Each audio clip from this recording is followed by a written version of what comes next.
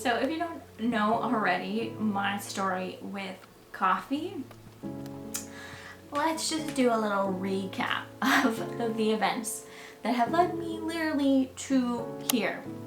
So when around 2019, I had a coffee and an espresso, and honestly my life changed, and it was really, really rough there for, oh God, I don't know, 5+ years after that. Like, I ended up in the hospital. I could barely walk, could barely talk. Like, my nervous system was just shot. I was nauseous for 3 years after that. I couldn't get on the subway. Like my life got turned upside down. Like, I couldn't go to work for weeks. I lost 20 pounds in 2 weeks, which is not good. And it was just very rough. It was a rough time.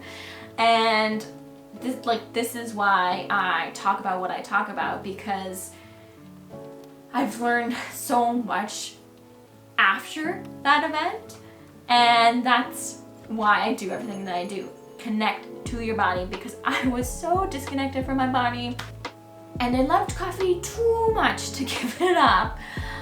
But I wish I would have done it sooner, because then that would have saved me a lot of suffering. But I didn't know. You live, you learn.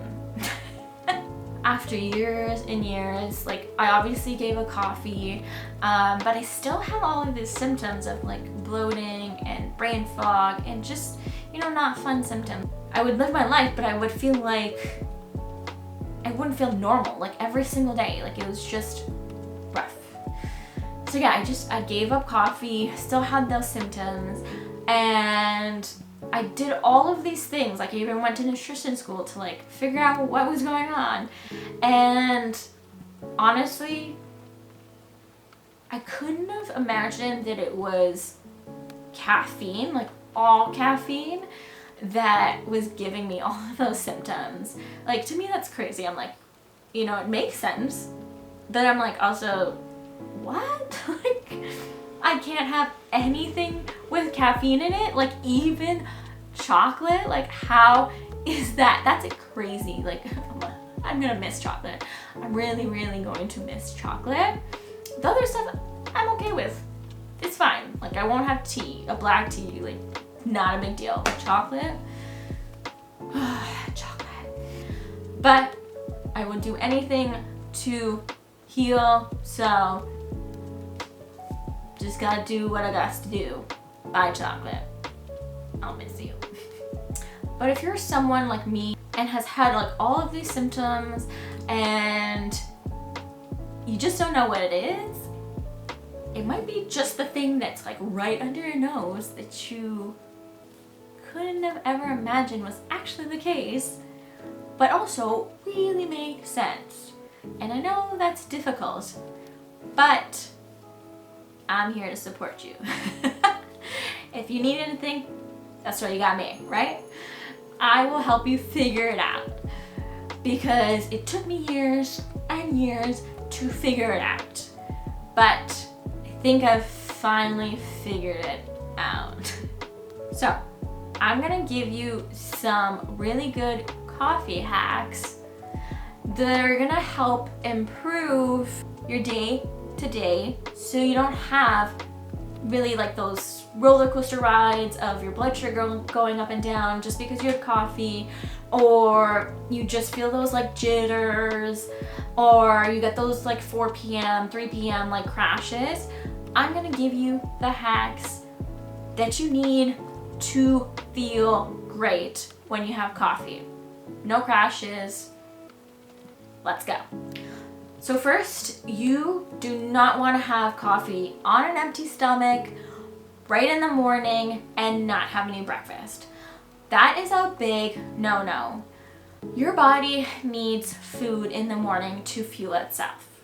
We've become a culture where having coffee and then just like hours and hours later having something to eat at like maybe lunch, that has become okay. And that is not how you fuel your body, and that is not how your body feels the best. A lot of us have decreased that hunger signal. So when we have the coffee and it's an appetite suppressant, you just don't feel hungry. But I'm telling you that you can change that, and you're gonna feel so much better when you add in something. It has to be like, just add in, please add in something. Like, even if it's just a banana, like at least it's something with your coffee. Again, that'll just make you feel so much better. I would love for it to be like a huge breakfast, because that's just gonna fuel your day, and you're gonna be less hungry, have less cravings during the day as well. So it's so important to have breakfast with your coffee. Have something to eat that will go along with your coffee, that's gonna be like a little bit of fuel for your body, because your body needs fuel. It needs something, it needs calories.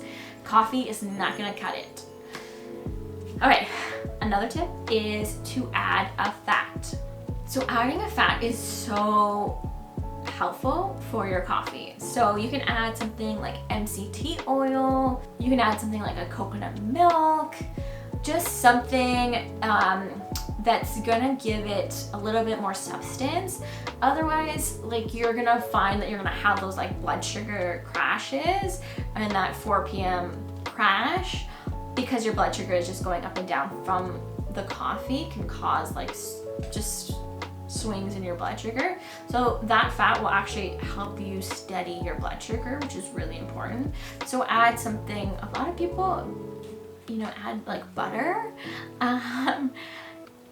So you could try that. I know that I have done that in the past, and it wasn't actually that bad. It actually frothed really nice. So hey, if you want some butter in there, I guess you should try. Might be a good idea. Although I do really like MCT oil, because again, it gives you that energy, and that's just medium chain triglycerides from coconuts. And so you're getting some really good healthy fats, you're getting some really good energy in there as well. You can also add in some collagen. So you're getting, and if you can do like MCT oil and collagen, and you're pretty much well set, because you're getting your protein, you're getting your fat, and you're probably gonna be a little bit more fuller. You're gonna have less of those blood sugar crashes. So combining those two things, like, you're pretty well set with a really good option that's gonna be sustainable, less of those jitters as well. And then add in like a honey or a maple syrup. Switch it from like just regular sugar to kind of like up your coffee, make it a little bit healthier. You can do like a honey and a maple syrup, because like honey has digestive enzymes in there. There's like enzymes, so it's really good for your digestive tract. And maple syrup has a lot of minerals in there as well. So whereas like sugar doesn't have a lot of stuff in there that are a little bit helpful for your body, so it's good to switch it to like a honey or a maple syrup in there as well. And if you do get like symptoms and these hacks don't help, then it might be a good idea to try and switch off coffee for a little bit, or go on decaf. You can always switch on to like a dandy blend, which is essentially like a non-caffeinated drink that's similar to coffee. Obviously it's not going to be the same, but at least you're getting like that dark drink, just like coffee at least. So you could switch to that just to try it out, see how you like it, see how you feel. Or you could do a hot chocolate. A hot chocolate, if you're doing it with like raw cacao, which is essentially just the raw version of chocolate. If you do it with those, you get a lot of minerals. It's great for your skin, high in antioxidants, and you do still get a caffeine boost in there as well. So you could definitely switch to like a hot chocolate if you're getting, again, like symptoms that are just not going away. So you could switch to hot chocolate, which has similar properties but even better properties if you're doing like a more raw and like natural hot chocolate in there. So there are options. I know it's never, no one ever wants to give up coffee, and trust me, I know, but sometimes you need to just take a break or reduce the amount of coffee you intake, and to make sure that you're also drinking enough water with your coffee, because coffee can be pretty acidic and it can be pretty dehydrating. So I hope those tips helped. If you have any questions, leave me a comment down below and I will answer it for you. All right, bye guys.